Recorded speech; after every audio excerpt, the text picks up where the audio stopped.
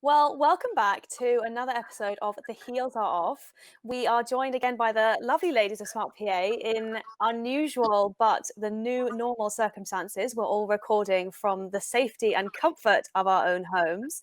So, welcome back to Pat, Jen, Noni, and Sarah. Obviously, to be topical, today we are talking all things lockdown and how to stay positive, healthy, centered, and productive from the comfort of your own home. So how are you all? Are we all good?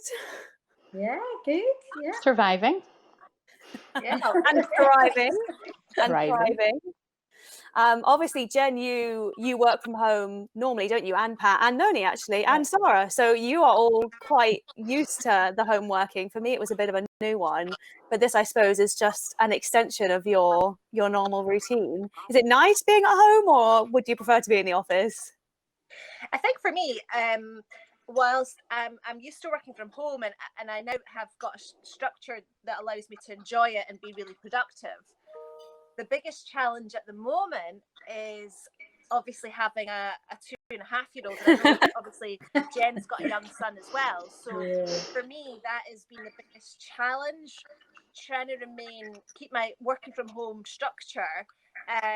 But what I mean, on the positive flip side, what it's enabled me to do, because I can't work 9 till typical hours, so I'm finding myself working unusual hours. But it's when I am working, I'm super productive.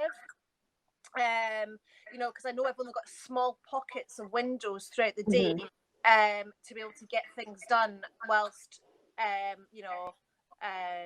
looking after my son. But the other thing as well, I don't know if you girls have found this as well, is the housework. Because we're here all the time and we're having breakfast, lunch, dinner, and every coffee and every glass of wine and everything in the house. It's just constant, that's like a full-time job in itself. It is. I don't know, I found the opposite. I don't think my house has ever been tidier, because we're able to stay, because like in the morning, usually leaving like 7:15 to get into the office, 20:07, it's like you have your breakfast and it's a mad dash to get out the door. And then obviously you're not home for lunch, and then you come home. Honestly, you get home. I get home maybe around about just after 7, and I get home and I just like, I don't want to do the dishes. I'll make dinner, or I've just had dinner and I don't want to do the dishes. So my house has never been tidier. I mopped the floor, I think, for one of the first times ever, having been in my house for 2 years at the weekend, which was fun Saturday night fun. So I don't think it's been any tidy. It's never been tidier at our house. The exception being the room I'm in right now, which I'm not going to show you. But everywhere else is really up to date with the washing. The dishwasher's on all the time. The grass has been mowed. It is pristine. Windows have been washed. That's a way to entertain a 2-year-old, Sarah. Getting to wash the windows. Yeah. No, like Mark, my fiance's business has had to close, unfortunately. So he's kind of kicking about the house. So I'm with Jen. Like, I've got my laundry done. I'm getting bought a coffee every morning. My lunch is ready for me. It's actually a pretty sweet deal. I think I could get used to this new normal for sure. I'm the opposite. I think for me, the issue's always been with regard to coming home to chaos with teenage boys. So that I'm now able to manage throughout the day. So what I've discovered is that whilst the mess is still, I suppose, en masse the same, the small pockets within which it comes are easier to manage. So I'm tidier as well, I think. Like you. So, what about you, Pat? How's the house? You've got quite a full house, haven't you? I've got 4 of them now, so it's like the dishwasher's never off. It is like on after breakfast, on after lunch. I've started going to walk at lunchtime, so I don't need to do lunch. I just go out. Yeah. But because I do work from home 1 day a week, but I'm missing the interaction in the office. But I'm enjoying the fact that, you can do that walk at lunchtime. You're still kind of, you can start a bit earlier, finish a bit later. You're getting things done through the day as well. So it's all good. And I think we just all have to be super positive at the moment about everything, because absolutely, there's so much going on out there, and it's all about Friday. So it's like, just keep that positive head on. And get on with it. For sure. I think we're all quite lucky in that we've got, family that we are locked in with. So at least we're having interaction. I think it must be quite hard, especially if you're working and you're stuck in your own home with no one to talk to and no human interaction. I think that must be extra challenging. Yeah. I'm not sure if I'd count my two sons as human interaction, but yeah. Some form of interaction. It usually comes in the form of a grunt, but yeah, there is a living, breathing human being in the house. There's something there. Noni, are the boys enjoying having you home, or is that a different story? They absolutely love having me home, primarily because all their meals are on the table earlier. So that's quite nice. I think they just like having the company, to be fair. They're concerned for our extended family who are all in the States at the minute. And obviously that's really difficult because we were supposed to be going and seeing them, and now with lockdown there's not a chance of that for the foreseeable. So there's those sort of things. But to be fair, they're teenage boys in this era. They're set up for virtual online reality anyway. They're kind of shrugging and going, what's the big deal? Just informed already. So yeah. Touching on what you were saying, Pat, obviously we do have to stay positive and kind of keep an eye on the good things, because it's very easy to get sucked into the negative. So what kind of positives have come out of this for you? We'll start with you, Pat. What are the good things that have come out of this new normal that we're in? Do you know what? I think it's all about appreciating what we've all got now, because I think we all know that things can change in a sixpence, and for anybody, but for it to change for the whole world, it's a bit mad. So I think it really is all about appreciating what you've got, getting as much exercise as you can, going for nice walks, appreciating the green, the grass being so green, the sea being blue, just really thinking of the people that aren't as fortunate as us, and just kind of thinking, you know what? Stay positive. Just try and think all the the good things that will hopefully come out of this. Like, people will be a bit more appreciative of what they've got. For sure. Talking about, for everyone listening at home, we've just been joined on camera by Sarah's gorgeous little boy. Managed to break in. It has been fabulous on all the conference calls to see children and dogs and whatever else. Oh, bless. What about you, Jen? What positives have you tried to take out of this new situation? Yeah, I think it's like what Pat said. It's like going back to basics. I'm obviously getting to spend a lot more time with my son, which is fantastic. And we were saying the other day, we're not really sure how he's going to be once we go back to work, like to see as much of us. And we're going to be impacted by he's transitioning to school this year, so we're not really sure if he's ever going to go back to nursery. So I think it's just enjoying, playing cricket. I was playing cricket on my lunch break today, which is always good fun. Are you any good? I am fantastic, I'll have you know. I'm a fantastic. I usually get put as fielder. No one's allowed to bat. No one's allowed to bat apart from Rivan. Rivan is the core. Course. Exactly. Has he scored a century yet? Honestly, keeps hitting it over the fence. It's incredible. He's doing so well with it.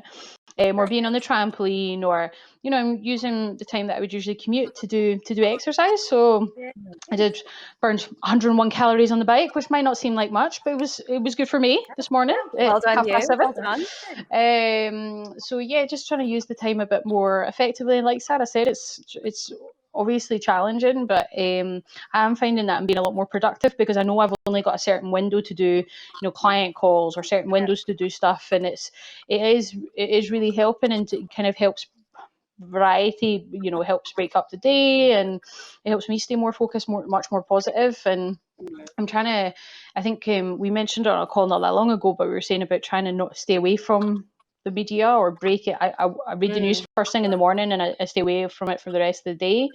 But I did see something interesting on LinkedIn today that's really important to just have that mindset that we could be like this for a year or a year and a half, like when you take into impact to account the impact. So I think that's really helping me. Like, nothing's going to change today, nothing's going to change tomorrow, nothing's going to change next week. Live with it. And that's kind of helping me just to think like that this is it. You can't change it. Just stay that way. Yeah. Yeah. Those are all. I know. I know what you mean about time spent, because Mark works weekends and I've never seen this much of him, I think, in our entire relationship. So it's lovely. It obviously comes with its challenges. I think there's such thing as too much time spent with other people.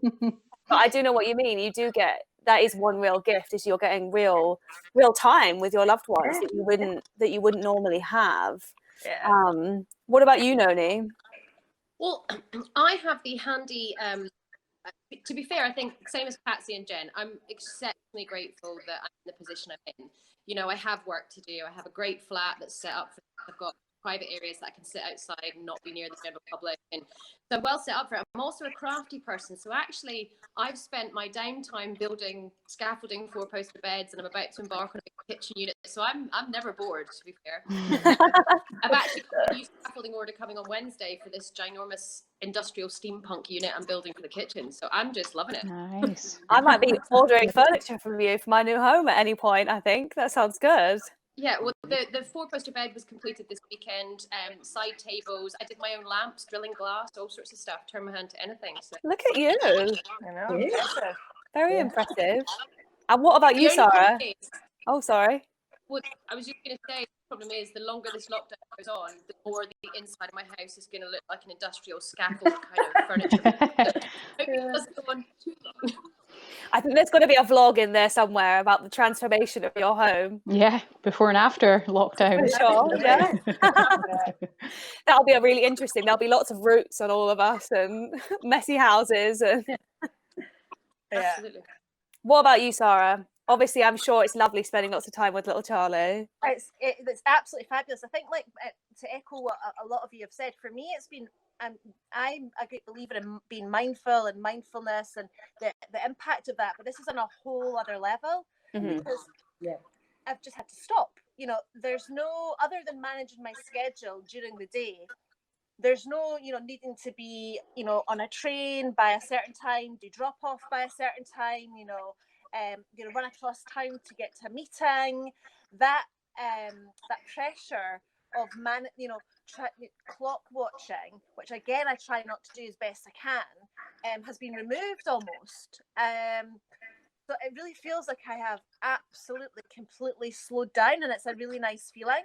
Yeah. The other thing as well, like you guys, and this is maybe why my kitchen's always so messy and the pressure's always on. I love to cook, because for me, cooking's like a real meditation.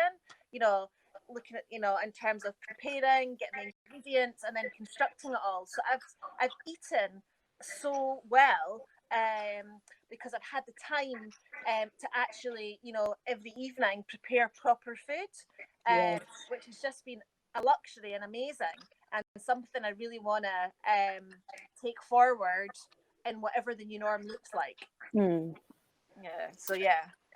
Talking about the new norm, it's a funny one, isn't it? Like we talk about remote working every day. It's kind of our raison d'etre at Smart PA, I suppose. But I think for a lot of businesses, this is a huge shift and a lot to get their head around, and a lot all at once. So do you think, whenever it may be, in days, weeks, months or years, when this all ceases to be and we return to what we knew as normal, do you think there will be a big shift towards remote working? Will this be the normal? Do you think that's what life is going to be? Absolutely. I think the majority of businesses and people will now opt to have some form of remote working, home working in their organisation. It might not be full time. It might be a day a week, part of the week. But I definitely think this working from home is now the new norm. Going forward, for sure. So that's all us all working from home full time forever, yeah? We've got you recorded now. We've got it on tape. We've got you now. Sorry. It is a funny one, because I personally don't love working from home. Like, obviously, this is a situation we have to adapt to, and I am absolutely making lemonade from it. But I much prefer being in an office with people. So, what about you guys? Do you think you'll want to be working from home for the majority of the time, or do you think you'll want to be in the office, or what's your kind of preferred balance? Do you think? Pat, we'll start with you. I think for me, for one me, day a week from home in the office for 3, I think, or 4. Yeah. I quite like that Edinburgh buzz as well, because living down here is fabulous, but I quite like getting off the train and seeing the city. And yeah, I think, but you know, it's nice to be able to do it as well and have that flexibility. Yeah. Hit Harvey Nicks at lunchtime. Yeah, exactly. What about you, Noni? What's your balance going to be? Well, obviously that's up to my managers, but in terms of an ideal, I quite like the 50-50. So I mean, obviously I worked from home for 10 years before I started with Smart PA, so it's an ongoing thing for me. But I do genuinely enjoy the buzz in the office, and I really, actually at the moment, everything that's going on is actually really lovely in a lot of ways for me. Spending time with my children, all this alone time at home to do self-care. But I'm genuinely missing my colleagues and that kind of interactive banter. So I wouldn't get 100%. So an ideal for me would be, 1 week, kind of 3 days a week at home, 2 days in the office, and the next week flip it. That would be a personal preference. But as the boys get older, you would naturally see me want to be in the office more and more and more, because the primary reason for me to be at home is to have that dinner on the table at the right time, connection with the boys. And obviously the age they're at, when they're completely not speaking to me, then I'd rather be in the office. So it's that sort of balance. For sure. What about you, Jen? Yeah, Home no, all the time? surprisingly not, actually. Quite similar to Noni, probably, in that regard. It's just, yeah, I'm obviously loving spending time with Ravan. Obviously, don't get me wrong, but I'm to always have him at home. Yeah, he's only at nursery 2 days a week now. It used to be 3 days a week, so to have those 2 days where it's, as Sarah said, that pressure with the drop off and the pickup, and you're kind of clock watching, and you don't want to be him to be the sad soul waiting at the nursery, being the last one being picked up and being miserable. So there's always that kind of mother guilt thing. But I think 2 days would be are good for me, and I already have one of those days. So to have 2 days would be fine for me, and the rest of the day in the office. I like to have the Mondays in particular. I could never see working from home. It's just impossible. They're just, but 2 days. 2 days would be 2 days would be enough. 2 days would be enough for me. It's an interesting one, isn't it? What you just said. I suppose there must be a lot of parents really, really struggling with the balance right now, trying to, like you guys are saying, it must be, especially if it's not something they've done before, this must be really challenging.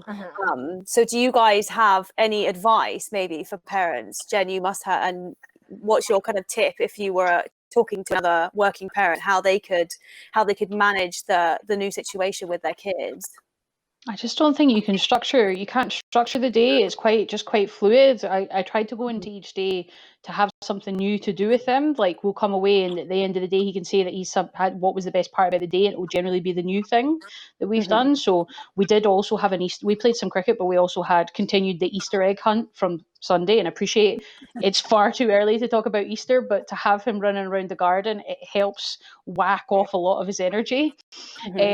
So like trying to get a lot more exercise into the first part of his day, and then we tried to do something more calming in the evening. So we're doing Cosmic Kids yoga, which is fantastic, by the way, like even for adults.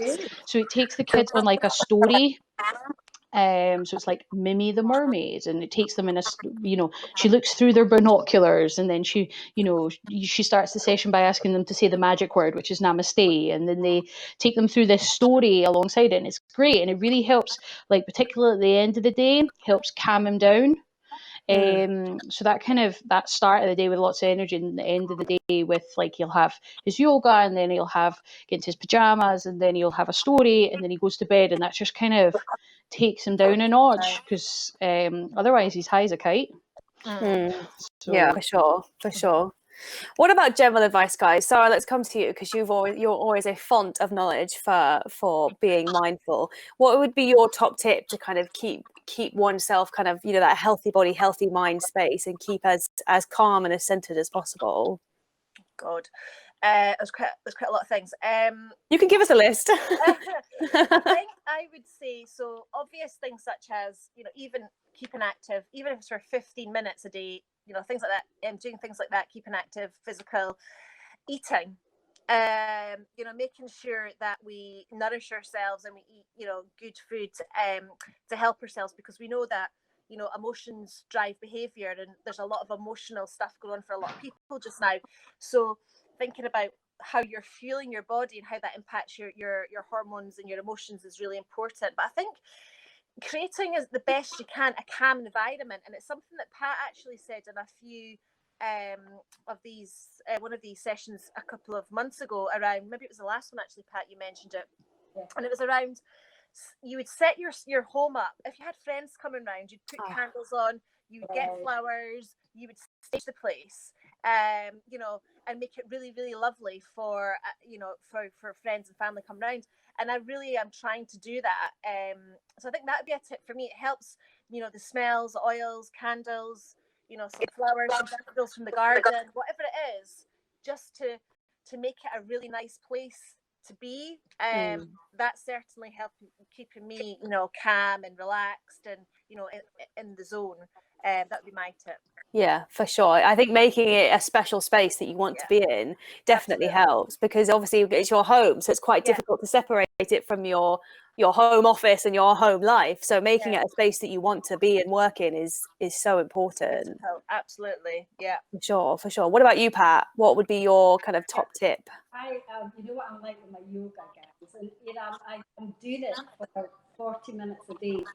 I'm forcing myself, even when I can't be bothered, and I'm trying new poses like the bird pose, which is really hard to do.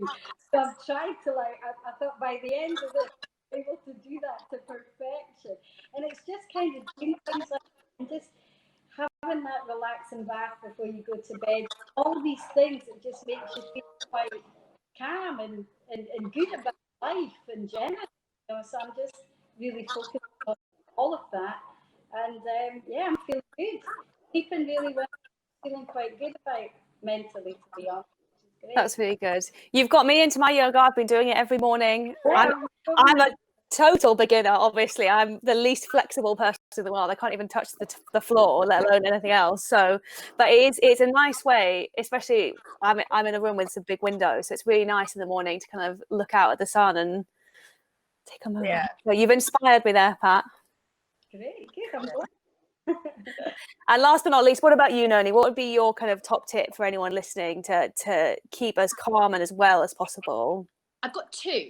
The first is primarily caused by one of the problems for me working at home, and I've had this every time I've worked at home, is my inclination towards drifting back into work in the evening if I'm bored or at the end. And in lockdown, that happens quite a bit. The problem with that, obviously, is you don't get well rested, and you find that I'm now in sort of starting week 4 of the lockdown. I shut down about a week before everybody else. So if you continue to do that, your energy just wanes. And I think it actually impacts upon your productivity and work hours. So if it's business critical, fair enough. But what I've done to help myself define that is burning different scented oils for work time versus home time. So there's actually a very subtle shift. So I might not even be fully aware of it, but even the kids have started associating a particular smell with mummy's accessible as opposed to mummy's busy. I like that. Interesting how quickly that happened. But the other top tip is something I stumbled across yesterday, and it blew my brain. Now, I have a lot of a background in music therapy. I'm a musician, obviously. I get the merit of the Mozart effect and how it all works. But I stumbled across an app yesterday, which I presume is being marketed more heavily because of the current situation. And it's basically, sorry, there's tip to go about sort of working there. Somebody tried to call on this app and it's just cut me off. Essentially what it does is it creates, through different pulses and sounds, it puts you in alpha, then delta, then theta states, which is what meditation does anyway. But because of the way it works, it aligns your brainwaves with it much quicker. So rather than spending 10, 20 years practicing as a yogi, it kind of puts you right in there immediately. Now, they did a trial yesterday, and I laid the paper, did my file, and I cannot even begin to explain how different I felt. During it, I burst into hysterical laughter, and I kind of read the notes afterwards, and it does say that it's so effective. It has lots of different effects for different people, but it's almost instant. And then I subscribed, I paid the ridiculous fee, which is probably not ridiculous if you think about how much it's doing for you. And now I've got the kids on it already. So every night now at 9 o'clock, we're doing our meditative. And it's a great app because it's headphones or no headphones. So you can do it collectively, you can do it lounging around, you can do it whatever way you want. And it taps into the brainwaves, but it literally blew my mind. And That's that, Wow. Wow. it's for anxiety, it's for all sorts of stuff, but it's phenomenal. It's absolutely phenomenal. I had kind of like a burst into laughter, burst into tears, and then afterwards I just felt zen in a way that Wow. I don't really feel zen. So it That was does really, sound really lovely. That does Yeah. sound lovely. Oh, you'll have to share that with us after this. Yeah. will. Those are my two. Those are my two that are getting me through this. And craft. They're good ones. And crafting. They're good ones. Yeah, I think as long as we all do our best to be our best selves, I think it is a bit about making a conscious decision. I think often in normal life, it kind of just happens or it doesn't. You know, your normal routine brings you into a good state or it doesn't. I think everyone just needs to take a minute to really focus and make the effort to look after themselves, like you say, with self-care. I do think it'll be interesting to see the before and afters. We'll all have great skin from not wearing any makeup. We'll all be super toned. We'll all be very calm. Absolutely. We'll never want to come out of our cocoons ever again. Yeah, no, exactly. I think if I could add just one more, I think it's really important. Now, you all know that I started homeschooling my kids last May. So this is nothing new to me, but I think for people that it's new to, particularly the profile bracket, I think there's a huge amount of guilt for parents about trying to desperately put in place this same sort of school process and all the rest of it. And I had a huge guilt for a couple of months of that not working when I first started homeschooling and all the rest of it. And very recently, the boys took some essentially online tests to basically clarify where their standards are in relation to where they would have been had they remained in school. And there's absolutely no difference. If anything, they're higher. And I think what that highlighted for me is that, you know, school environments with so many kids, etc., the one-to-one learning is so limited that you don't have to actually do as much of that in the home environment to achieve the same results. So my tip would be de-guilt yourself. It's a totally different scenario, and I would veer off trying to concretely put in place this same structure for schooling and let it be more fluid, like Jen said. But the guilt is a problem for people, I think. I think that's got to be such a strong message. I don't think anybody should be feeling guilty at the moment. As long as you're doing your best and, you know, you're staying safe and you're staying at home and you're trying your hardest, then nobody should be feeling guilty, because this is unprecedented. So it's not like anyone didn't take the course last year on coronavirus 101. You know, everyone's doing their best. So I don't think anybody should be feeling guilty. If you're listening at home, lose that now. A few of my friends are struggling with it, which is why I read it, because they've never homeschooled before and they're feeling awful guilt that they're not doing the right job. And I've just sort of said exactly the same thing. Remove that. It's not. Yeah, for sure. We've all got to lift each other up at the moment. Definitely. Keep lifting. Exactly. Well, thanks, ladies, for this slightly unusual. I wonder where we'll be for the next episode. We might all be in underground bunkers, or we might be back in the office. Who knows? I'll be sunning myself in my hammock, Georgia, in the back garden. It's all good. I'll be in the hammock. As long as the Wi-Fi extends, I'll be there. Jen, as soon as we're out of this, I'll be there too. I know, exactly. I'll top and toe with you. Cocktails on ice. Cocktails on ice. We might have a suntan in the next one, ladies. We might all be blind. I know. That'll be lovely, wouldn't it? But yes, so thank you very much for joining us. Everyone at home, please do stay safe. Look after yourselves, look after others. And we will see you again and speak to you again next month. Goodbye. Bye. Stay safe.